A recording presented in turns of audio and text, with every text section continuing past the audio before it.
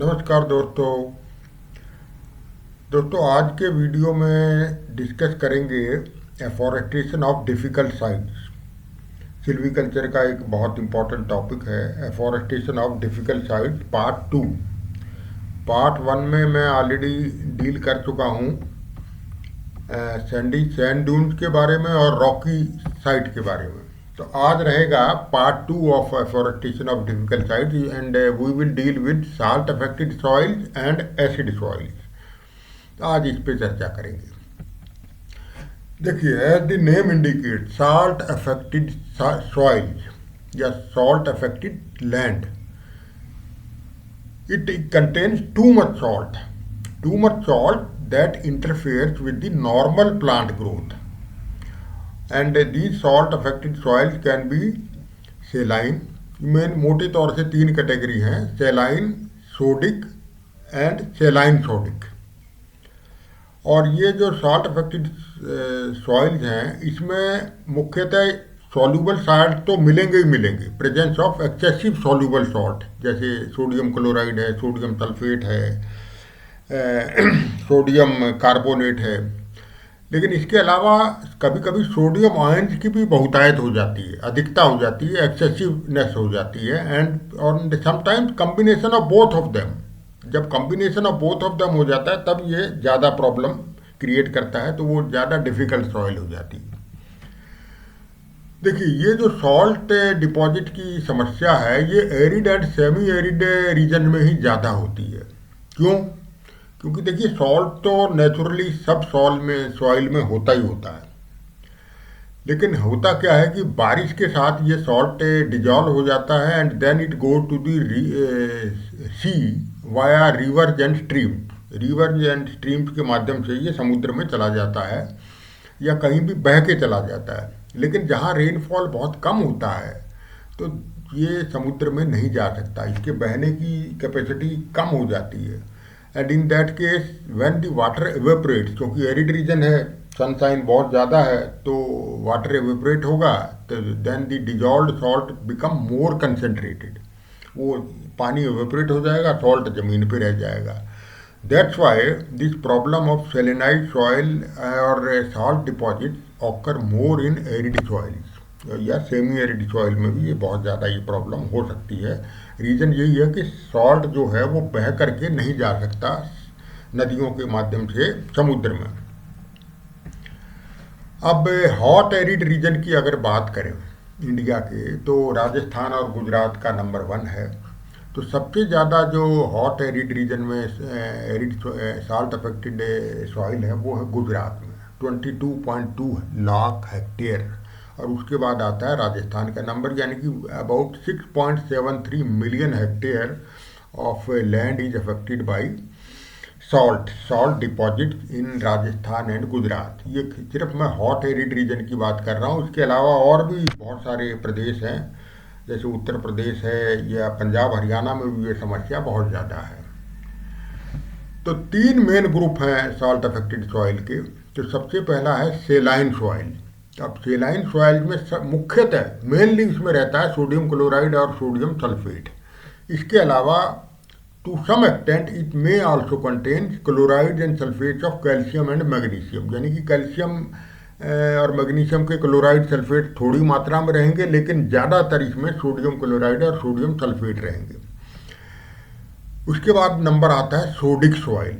Sodic soil का as the name indicate, देखिए sodic SODI, और इसका मतलब है SODI आपका सोडियम में भी आता है। तो soils with high percentage of sodium in soil they are called sodic soil. और इसमें आपके सोडियम क्लोराइड और सोडियम सल्फेट नहीं रहेंगे, इसमें रहेंगे sodium carbonate and sodium bicarbonate. ये इसमें डोमिनेट करेंगे, अनलाइक सेलाइन सॉइल। और ये याद रखिए कि alkali sodic soil and alkali soil, ये they are the terms are often used interchangeably, यानी कि कभी सोडिक सॉइल को किसी लिटरेचर में अल्कली सॉइल भी कह दिया जाता है, अल्कली को सोडिक भी कह दिया जाता है। मोटे तौर से डिफरेंस यही है कि जिस सॉइल में high percentage of exchangeable sodium हो और pH अबव 8.5 हो, तो वो सोडिक सॉइल कहलाती है, और which can lead to poor soil structure and reduce plant growth. अब ये रिपोर्ट कैसे किया जाता है सोडियम लेवल्स को? तो इसका एक माध्यम है ईएसपी, यानी कि एक्सचेंजेबल सोडियम परसेंटेज की मात्रा क्या है। अगर वो if ESP is more than 6 then soil is sodic, otherwise वो सोडिक नहीं है।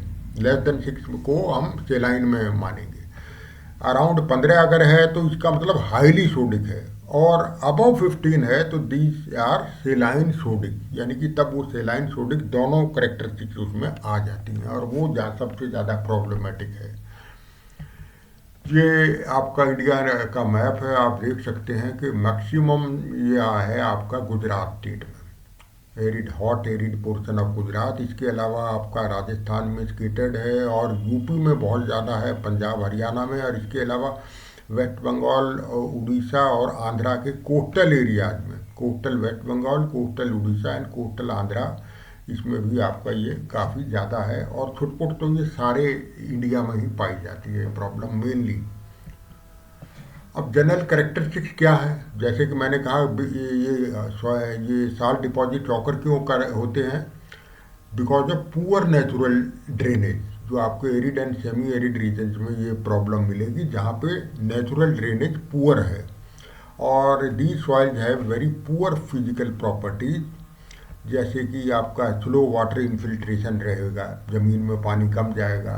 सॉइल इरोजन की प्रॉब्लम बहुत रहेगी। सॉइल एरिएशन, यानी कि हवा का आदान प्रदान जो होता है पौधों की जड़ों से, वो आपका कम रहेगा, which is a must condition for growth of the plant. और कॉम्पैक्शन। तो पहले आते हैं सेलाइन सॉइल पे। देखिए, सेलाइन सॉइल में आपकी इलेक्ट्रिकल कंडक्टिविटी 4 डेसीसीमन्स पर मीटर से ज़्यादा रहेगी। अब ये इलेक्ट्रिकल कंडक्टिविटी के बारे में जान लीजिए कि इलेक्ट्रिकल कंडक्टिविटी इज ए की इंडिकेटर ऑफ सॉइल सैलिनिटी। सबसे मोटा ये एक पैरामीटर है सॉइल डिपॉजिट को जानने का। And it measures the concentration of water soluble salt in soil, यानी कि जितने ज़्यादा सॉल्ट कंसंट्रेशन होगा उतने ज़्यादा इलेक्ट्रिकल कंडक्टिविटी होगी। और इसका प्रभाव क्या पड़ता है? It influences availability and uptake of nutrients. अब न्यूट्रिएंट्स में जैसे मैक्रो न्यूट्रिएंट्स हो गए, nitrogen, phosphorus, NPK, nitrogen, phosphorus और पोटेशियम। और high electrical conductivity can lead to nutrient deficiency, इसलिए ये प्रॉब्लमेटिक है। लेकिन इसमें क्या है कि सेलाइन सॉइल में ईएसपी, यानी कि एक्सचेंजेबल सोडियम परसेंटेज 15 से कम होती है हमेशा, और पीएच भी 7 से लेकर के 8.2 के बीच में रहती है, लेस देन 8.2। और इसमें क्लोराइड एंड सल्फेट ज़्यादा रहेंगे, किसके? सोडियम के सबसे ज़्यादा, उसके बाद कैल्शियम और मैग्नीशियम के। लेकिन इसमें सॉल्युबल कार्बोनेट, यानी कि चाहे सोडियम कार्बोनेट हो या सोडियम बाइकार्बोनेट हो, वो इसमें नहीं मिलेंगे। ये सेलाइन सॉइल की करेक्टरिस्टिक्स है। और ऑर्गेनिक मैटर इसमें बहुत कम रहेगा, और जनरली ऐसे जैसा मैंने कहा arid and semi arid region में ये पाई जाती है, जहाँ पे इस तरह की ज़मीन की ये वाइट कलर आ जाता है पाउडर की फॉर्म में, और वो बहुत छोटी मोटी झाड़ियाँ ही वहाँ पैदा होती हैं। अब सोडिक सॉइल के बारे में जान लीजिए। इसमें हमेशा 8.2 से ज़्यादा ही रहेगी आपकी पीएच वैल्यू, 10.5 तक भी जा सकती है। जनरली इलेक्ट्रिकल कंडक्टिविटी 4 डेसीसीमन से कम रहेगी, लेकिन ईएसपी 15 के आसपास या इससे ज़्यादा रहेगी। लेकिन सोडिक सॉइल में जो है आपके इलेक्ट्रिकल कंडक्टिविटी 4 से ज़्यादा भी हो सकती है। तो सोडिक सॉइल क्या है? They are typical of alkaline soil that have higher concentration of sodium than calcium। तो sodic soil as the name indicate, name से ही पता लग रहा है, जिसमें सोडियम की मात्रा कैल्शियम और मैग्नीशियम की बनस्पत ज़्यादा है। और ये जो एक्सचेंजेबल सोडियम है, यानी कि हाई ईएसपी है, it has an adverse effect on physical and nutritional property of the soil. और इस अल्कली और सोडिक सॉइल में नेचुरली आपके sodium carbonate and sodium bicarbonate ज़्यादा रहेंगे। और इसकी एक और प्रॉब्लम होती है, जैसे ये फिगर में दिखाया है, लगभग 1 मीटर या 1.5 मीटर की डेप्थ पे, देखिए ये ग्राउंड लेवल है जहाँ ये बॉटल रखी है, और ये आपका इंची टेप से नीचे तक गया है। तो यहाँ पे एक कैंकर पैन आ जाता है। Kankar pan is made up of calcium carbonate at different depth, जिसकी वजह से आपके प्लांट्स की root they cannot penetrate, they cannot go down deeper, and also poor infiltration rate की। इसके कारण रहता है। पानी भी आपका ज़्यादा नीचे नहीं जा सकता। तो अब इसके रिहेबिलिटेशन के लिए क्या करेंगे? तो सबसे पहले तो आपकी साल्ट टॉलरेंट स्पीशीज वहाँ पे आपको लगानी पड़ेंगी, और सूटेबल आपकी scientifically proven cheap and easily adaptable site specific technique होनी चाहिए। यानी कि जो लैब के माध्यम से, फील्ड एक्सपेरिमेंट्स के माध्यम से जो आपकी साइट स्पेसिफिक टेक्निक्स हैं, well tested and cheap also, तो वो उन्हीं को आपको इसमें लागू करना है अगर if you want to rehabilitate the salt affected soil. तो सबसे अभी आते हैं कि प्लांट स्पीशीज कौन कौन सी हैं एफॉरेस्टेशन के लिए। तो इसमें दो ग्रुप हैं, एक हेलोफाइट, एक ग्लाइकोफाइट। अब हेलोफाइट और ग्लाइकोफाइट में आप डिफरेंस जान लीजिए। नेक्स्ट स्लाइड में दिखाता हूँ। तो हेलोफाइट क्या है कि ये these are the species, these are the plants which can tolerate very high salt conditions. और ये जो ग्लाइकोफाइट्स हैं ये साल्ट सेंसिटिव प्लांट्स हैं, यानी कि ये ग्लाइकोफाइट्स को ये मान लीजिए कि ये सर्वाइव तो कर सकते हैं लेकिन कम मात्रा में। They can only survive in salt concentration of 50 to 100 millimolar of sodium chloride, जबकि halophytes 200 millimolar sodium chloride. ये मिली मोलर जो है ये एक पैरामीटर है इसको नापने का, सॉल्टी कंडीशंस को।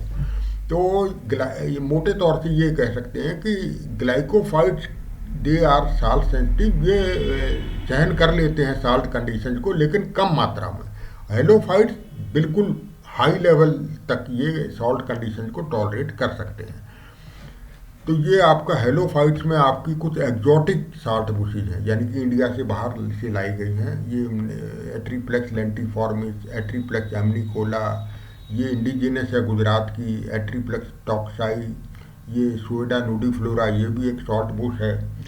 इसकी फ़ोटो मैं अभी आपको अगली स्लाइड में दिखाता हूँ। और एक सल्वोडोरा पर्सिका, ये ट्री है इंडिया का, खारा जाल, बहुत फेमस है राजस्थान गुजरात में, और बहुत ही एफिशिएंट ये एक माध्यम है सॉल्ट लैंड एफोरेस्टेशन का। इसके अलावा ग्लाइकोफाइट्स यानी कि जो कम मात्रा में सॉल्ट कंडीशन को टॉलरेट करते हैं, उसमें अकेशिया एम्प्लीसेप्स और अकेशिया कोलाई, ये ऑस्ट्रेलिया से लाए गए हैं। इसके अलावा अपना नीम जो कि बहुत पाया जाता है इंडिया में, जिजीफस मॉरिशियाना बेर, ये है मोपेन का पेड़ होता है, कोलोफॉस्पर्मा मोपेन, डेसिडुअस ट्री है, राजस्थान गुजरात में काफ़ी पाया जाता है, बहुत बढ़िया टिम्बर प्लांट है। अब हेलोफाइट्स के बारे में जान लीजिए कि ये जो मैंग्रोव का पेड़ है ना, ये जो मैंने फोटो दिखाई है खास तौर से, ये भी एक हेलोफाइट है। यानी कि ये समुद्र के किनारे जहाँ हाई टाइड आती है, समुद्र की लहरें आती रहती हैं हाई टाइड में, ये लो टाइड का दृश्य है। लो टाइड में इसकी रूट्स दे आर विजिबल। तो कहने का मतलब है कि मैंग्रोव हो या फिर बहुत सारी और ग्रासीज हैं, हर्ब्स हैं, सर्ब्स हैं, ट्रीज हैं, they are halophytes which can tolerate very high salt conditions. अब ये हेलोफाइट दो तरह के होते हैं, एक तो एक्रीटिव, एक है सुकुलेंट्स। अब सुकुलेंट क्या है? दे प्लांट विथ थिकी फ्लैशी टिश्यू, यानी कि जिसमें मोटा गूदादार टिश्यू रहता है, गूदेदार जिसका तना रहता है। जैसे आप ये कैक्टस है, इसका बहुत मोटा गूदा रहता है, फ्लैशी टिश्यू या फ्लैशी ग्रुप ऑफ सेल्स इसमें रहते हैं, तो दैट इज कॉल्ड सुकुलेंट्स। अब ये एक्सक्रीटिव एंड सुकुलेंट्स। एक्सक्रीटिव में क्या रहता है कि इसमें प्रेजेंस ऑफ सॉल्ट ग्लैंड, इसमें सॉल्ट ग्लैंड रहती हैं, कॉमन फीचर इसका ये है इस प्लांट का।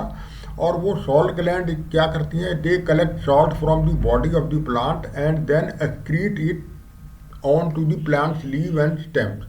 जो सॉल्ट ग्लैंड हैं वो सारे प्लांट से धरती से आपका पानी के साथ वो उसको सक करेंगी नमक को, और पत्तों के माध्यम से वो आपको एटमॉस्फेयर में रिलीज कर देंगी। तो ये होते हैं एक्सक्रीटिव। और सुकुलेंट क्या करेंगे? जो नागफनी टाइप के या ये कैक्टाई ग्रुप के प्लांट्स हैं, they use increase in water content. ये ज़्यादा वाटर कंटेंट को ऑब्जॉर्व करेंगे ज़मीन से, और वो इस तरह से वो सॉल्ट टॉक्सिसिटी को मिनिमाइज करेंगे। तो ये दो ग्रुप हो गए।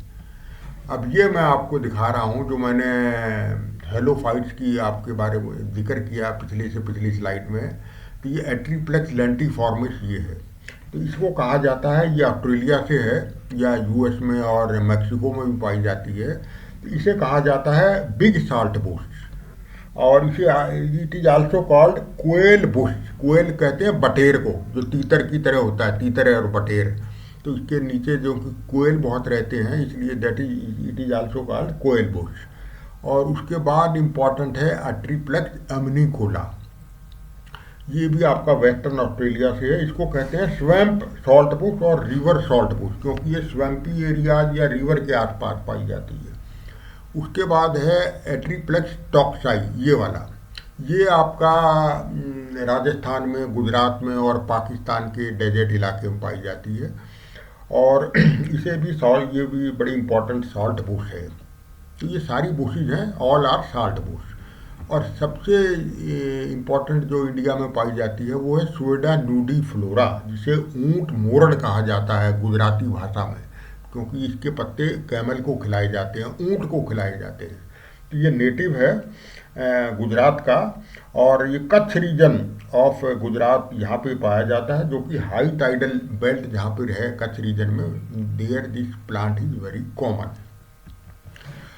सल्वोडोरा पर्सिका, जिसे खारा जाल कहा जाता है, एक खारा जाल होता है, एक मीठा जाल होता है।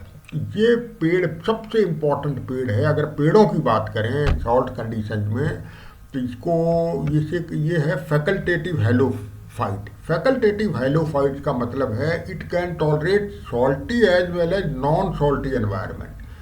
ये हाई सैलिनिटी को टॉलरेट तो करता है, लेकिन सर्वाइवल के लिए सॉल्ट जरूरी नहीं है। तो ये दोनों कंडीशन के लिए बहुत बढ़िया पेड़ है, absolutely marvellous tree for high salt condition.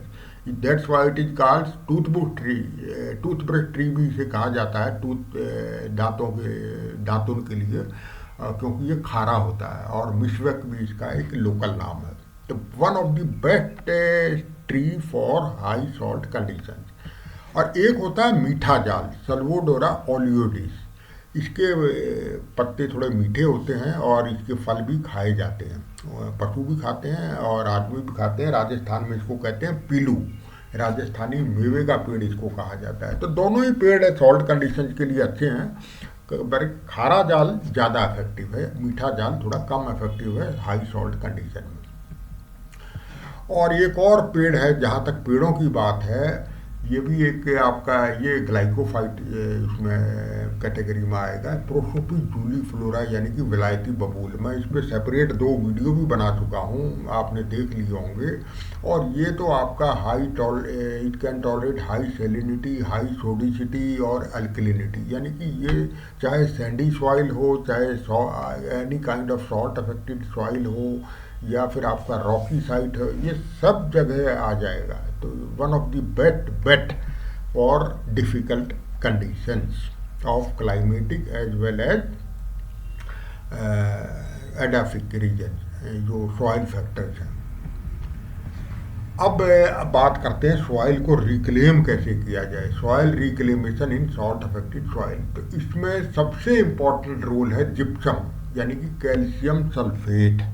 इसको आप जिप्सम को ऐड करना पड़ेगा, और along with manure, natural organic fertiliser, जिसमें आपका प्लांट्स के डेड पार्ट्स होंगे, decompose plant material, animal dropping, जैसे गोट एंड शीप की जो ड्रॉपिंग्स होती हैं, तो ये सारा आपका नेचुरल मैन्योर हो गया। और ट्रॉ, यानी कि भूसा, एग्रीकल्चरल बायो प्रोडक्ट आपने देखा होगा, वीट का भूसा, बार्ले का या जौ का, ओट्स का, तो दिस इज कॉल्ड स्ट्रॉ।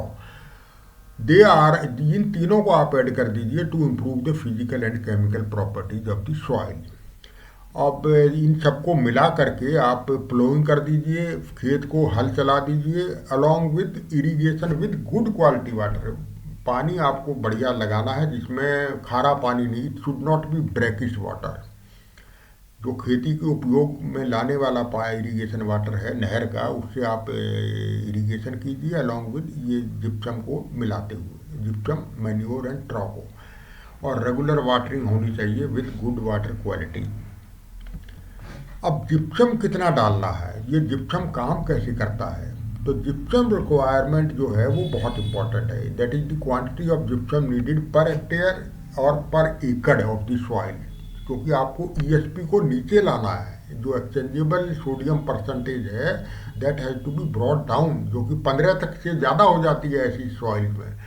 तो some laboratory based methods are there for estimating gypsum requirement. तो ये लेबोरेटरी बेस्ड मेथड कौन से हैं, वो सॉइल केमिस्ट्री या सॉइल साइंटिस्ट का एक पार्ट है, तो that I am not going to discuss. लेकिन 5 से 10 टन पर हेक्टेयर आपका ज़रूर लगेगा जिप्सम, और वो कितना है वो लेबोरेटरी बेस्ड मेथड से पता लगेगा। तो इससे जो जिप्सम है that lower the ESP as well by, ये कैसे, क्योंकि ईएसपी कम कैसे हो जाएगी, क्योंकि ये जो सोडियम आयन्स हैं they will be replaced with calcium ion. जो कैल्शियम आयन आपके जिप्सम में है, कैल्शियम सल्फेट में, ये ज़्यादा बढ़ जाएंगे और सोडियम आयन को ये रिप्लेस कर देंगे। तो ये मैकेनिज्म है, केमिस्ट्री है। और gypsum can also reduce electrical conductivity, आपका ईएसपी भी कम हो जाएगा, ईसी भी कम हो जाएगा। तो that's why this combination of gypsum, organic matter and straw is very effective in reducing soil salinity as well as soil sodicity. अब ये तरीका है, ये कि रिज एंड ट्रेंच मेथड है। ये ऊपर रिज पे पेड़ लगाए जाते हैं, पौधे लगाए जाते हैं, ये आपका ट्रेंच हो गया। और ये किया हुआ है मल्चिंग, ये देखिए ये मल्चिंग है, मल्चिंग विद नेचुरली अवेलेबल जो वीड अवेलेबल है, डेड प्लांट मटेरियल है, उसको आपको मदद से आप मल्चिंग कर सकते हैं। तो मल्चिंग रिड्यूसेस एवेपोरेशन। और ये high bed salt will move, high bed की वजह से the salt will move away from the root. ये रूट्स में सॉल्ट आपका नहीं जाएगा, सॉल्ट इधर आ जाएगा। और ड्रिप इरिगेशन इसमें यूज कीजिए, that reduces evaporation and will improve water filtration. तो ये एक टेक्निक है ridge and trench method which is adopted in high salt condition for reclamation of salt soil, salty soil. अब आते हैं एफॉरेस्ट्रेशन इन एसिड सॉइल। अभी तक तो मैंने आपको डिस्कस किया सॉल्टी सॉइल, जहाँ पे पीएच की वैल्यू 7 या 7.5 से ज़्यादा है। एसिड सॉइल में पीएच वैल्यू कम रहती है। Soil having pH less than 6.5 is considered as acid soil, लेकिन 4.5 से भी कम अगर पीएच है then it is referred as strong acid soil. और ये कहाँ मिलती है, हाई रेनफॉल एरियाज में, क्योंकि वो जो बेसिस हैं वो बह करके चले जाते हैं, leaching of bases from the soil, that is the reason. और it also arises due to more organic matter, क्योंकि हाई रेनफॉल एरिया में बहुत सारे जंगल पाए जाते हैं, उनकी डेड ऑर्गेनिक मैटर बहुत है, तो उसकी वजह से भी एसिड सॉइल बन जाती है। और इसमें एल्यूमिनियम, मैग्नीज और आयरन की भी बहुतायत होती है which causes toxicity of the to the plant growth. और फास्फोरस की भी इसमें अवेलेबिलिटी लिमिटेड हो जाती है because of all these elements. That's why and phosphorus is very one of the essential macro nutrients for growth of the plant. NPK, तो P इसमें phosphorus है। तो ये इंडिया में जहाँ हाई रेनफॉल एरिया, देखिए अंटायर नॉर्थ ईस्ट, ये आपका ये प्रॉब्लमेटिक एरिया है एसिड सॉइल्स के लिए। और केरला जो कि वेस्टर्न घाट का पोर्शन है, और इसके अलावा छत्तीसगढ़ उड़ीसा का जो एरिया है, इसमें भी आपका एसिड सॉइल्स की ज़्यादा है। तो इसमें आप क्या मिलाएंगे, सॉल्ट कंडीशन में तो आपने जिप्सम मिलाया था, इसमें आपको मिलाना पड़ेगा करेक्ट सॉइल पीएच को बढ़ाना है। तो for increasing the soil pH we will add lime. Lime के साथ आप मिलाएंगे यानी कि कैल्शियम कार्बोनेट। आप पेपर मिल स्लज को भी मिलाएंगे, जो पेपर पल्प इंडस्ट्रीज में स्लज निकलता है, that is also very necessary to for addition to increase the pH toward neutral conditions. और इसके अलावा फॉस्फेट की कमी हो जाती है, तो रॉक फॉस्फेट नाम का जो मिनरल है वो भी आपको ऐड करना पड़ेगा। तो पिट्स में आप 2 kg ऑफ ऑर्गेनिक मैन्योर और 1 kg ऑफ लाइम को अगर डालेंगे तो along with rock phosphate in some quantity, तो ये आपका एक बिल्कुल बढ़िया तरीका है for reclamation of acid soils. और सूटेबल स्पीसीज है मलीना आर्बोरिया, जिसको गमारी कहा जाता है। मेघालय का ये स्टेट ट्री है, very good timber as well as fodder. Albizia procera, जिसे सफ़ेद चीरस कहते हैं, एक होता है एल्बीजिया लेबेक काला चीरस, वो इतना इफेक्टिव नहीं है जितना एल्बीजिया प्रोफेरा है। Again very good tree species. और नॉर्थ ईस्ट रीजन में तो ये आपका जो टी प्लांटेशन जो उसमें भी एज ए शेड ट्री इस्तेमाल किया जाता है। देन जाइलिया जाइलोकार्पा बर्मा आयरन वुड कहा जाता है इसे नॉर्थ ईस्ट रीजन में, क्योंकि बहुत हार्ड टिम्बर है। और केरला साइड में इसको इरूला कहा जाता है। अकेशिया ऑरिकुलिफॉर्मिस, ये आपका अकेशिया ऑरिकुलिफॉर्मिस है ऑस्ट्रेलियन बबूल, ऑर्नामेंटल ट्री बहुत बढ़िया है, इसको फूलों के लिए भी लगाते हैं सड़कों में पार्कों में, और वेरी गुड फॉडर। अकेशिया मैंगियम बहुत फास्ट ग्रोइंग ट्री स्पीसीज है जिसे ब्लैक वेटल कहते हैं, मुख्यतः साउथ इंडिया में इसको बहुत लगाया जाता है। Very good paper pulp industry के लिए ये टिम्बर बहुत बढ़िया है। आपका इसमें प्लाईवुड इंडस्ट्री में भी यूज होता है, इसकी ग्रोथ बहुत फास्ट है। देन पिथोसेलोबियम डल्ची, जंगल जलेबी, क्योंकि इसका जो फ्रूट होता है दैट लुक्स लाइक जलेबी, एक जो मिठाई होती है जलेबी उसके जैसा इसका फ्रूट होता है, that's why it is called jungle jalebi. तो this is also one of the very good species for planting in acid soils. तो ये लाइम किस तरह से काम करता है, तो lime न्यूट्रलाइजेज acid soil by reacting with hydrogen oil. आप देखिए एसिड सॉइल में क्या होगा, एसिड ज़्यादा होगा, चाहे हाइड्रोक्लोरिक एसिड हो चाहे HNO3 हो यानी कि नाइट्रिक एसिड या सल्फ्यूरिक एसिड, सब में हाइड्रोजन आयन ज़्यादा होते हैं। और हाइड्रोजन आयन को रिप्लेस कर देता है बेस से, जो अपना बेस होता है उसको सॉइल में घुसा देता है। This process is called neutralisation reaction. तो लाइम में क्या है, कैल्शियम कार्बोनेट या मैग्नीशियम कार्बोनेट वो डिजॉल्व कर जाता है सॉइल में, और ये this carbonate ion react with the hydrogen ion in the soil solution, and this reaction produces bicarbonate ion which then react with more hydrogen ion to form carbon dioxide and water. यानी कि आपका मोटे तौर से hydrogen ion को हमें replace करना है किसी भी तरीके से, और वो ये जो लाइम है कैल्शियम कार्बोनेट और या मैग्नीशियम कार्बोनेट, ये इस काम को बखूबी बहुत बढ़िया तरीके से अंजाम देता है। तो इस तरीके से pH of the soil is increased because concentration of hydrogen ion decreases। तो ये मेरा वीडियो था दोस्तों रिगार्डिंग प्लांटेशन और afforestation in difficult sites which and we today discussed